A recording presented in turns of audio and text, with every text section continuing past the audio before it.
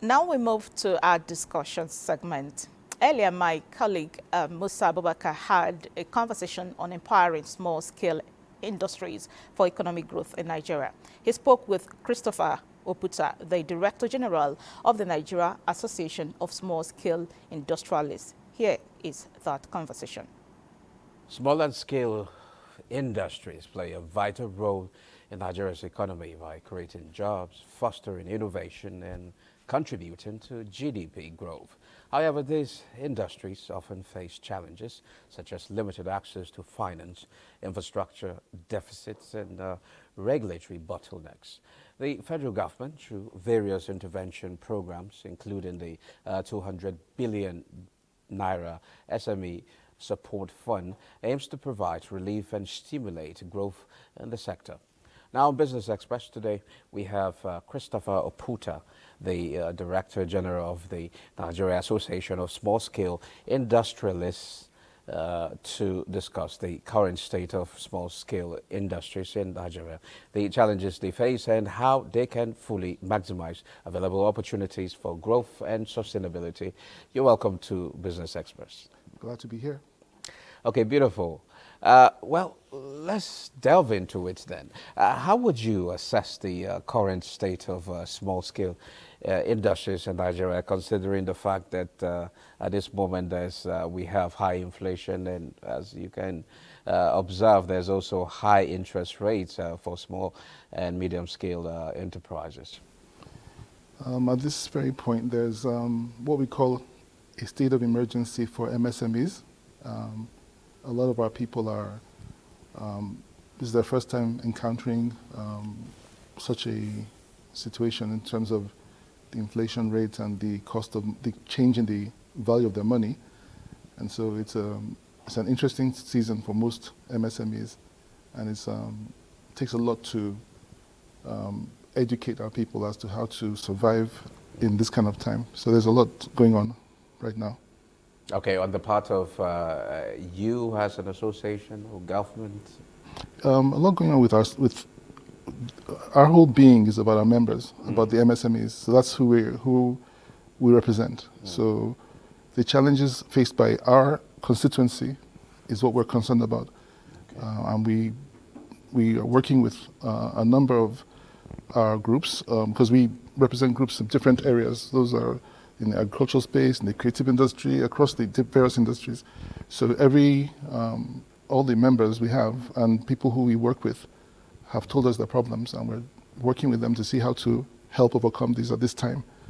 Yes. Okay, what are the biggest challenges facing the small-scale industrialists today? Good question. The biggest challenges, which have been in place for quite a while, amongst the MSMEs in Nigeria today, probably would say is still access to affordable finance. And I say that with a lot of consideration. The main challenges which have existed over the past few decades have been that most MSMEs do not have collateral, do not have any kind of security whatsoever to pledge for the funds they take. So when you don't have collateral, the kind of money you get access to is expensive money from non-traditional sources, and this is with the bottleneck for most of the MSMEs in the space. So breaking that, getting government and getting the nation, not just government, this is for Nigerians, for Nigerian banking system, for everyone to understand the fact that MSMEs do not have that collateral. So how do we have a more creative way of accessing finance for MSMEs? I'm glad to note that some of the fintechs and a few banks have risen to the occasion. And we have fintechs giving out finance nowadays without security, based on algorithms, etc. And a few banks, commercial banks, are trying to do the same. So there's some hope on the horizon. Yeah. Okay, talking about access to finance, the federal government introduced introduced several intervention funds, including the 200 billion naira SME support fund. Have your members been able to actually access these funds? And if not, what are the bottlenecks? Okay, we've made, the federal government is working with the Bank of Industry, and we're working through the Bank of Industry to, and we're on several committees with the Bank of Industry, and they're making a tremendous progress towards the disbursement. We expect to see disbursement this February for most people. Members, there were some earlier bottlenecks which have been resolved, so we're expecting to get that done. But this is this money, even though it sounds like a lot of money, what the MSMEs are getting is 75 billion out of the 200 billion. Okay, and that, just for example, in 2010 or so, there was a supposed intervention of 200 and something billion naira in 2010, and that was equivalent to $1.3 billion at the time. Yeah. It was not disbursed eventually. There was all kinds of excuses why it wasn't disbursed, and this happened twice or thrice over the past decade or so. So that was, in today's naira, that's about 2 trillion naira or so for MSMEs, which was not disbursed then. So that tells you the kind of, the level, the kind of, what the market needs, the kind of intervention that we need in the space. We need a lot of intervention in the space, and we're happy that we have a start, and we're talking to those who need to know about finding creative ways to expand these kinds of schemes so that more and more MSMEs can have access to financing. But how much has that helped? I mean, with the little that came in there, how would you say that has actually impacted on the MSME space? And what solutions are you actually providing, or services or goods? What it's going to do, because it's, like I said, it's in the process of being disbursed. There's still a few.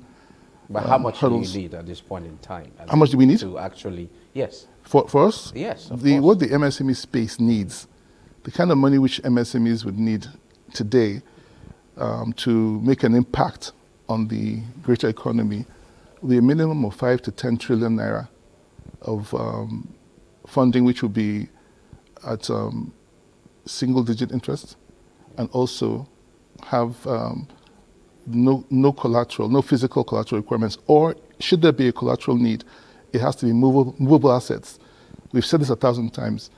MSMEs rarely have houses or COVs or such assets that could be used. So movable assets are the way to go, or learning what the fintechs are using, because the fintechs are successfully giving out funding without collateral.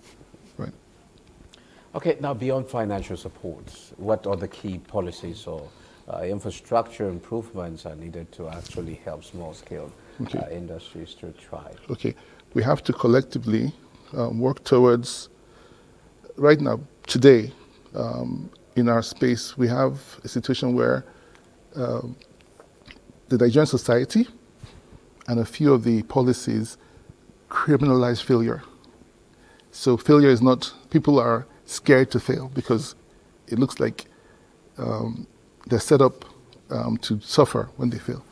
So we have to look at how other countries in the world deal with failure, because MSMEs don't always succeed. That's why even giving finance to an MSME doesn't mean you're going to have a 100% success rate.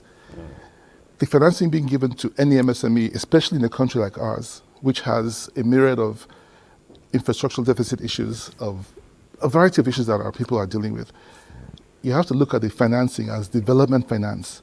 And development finance has a whole different kettle of fish from normal financing.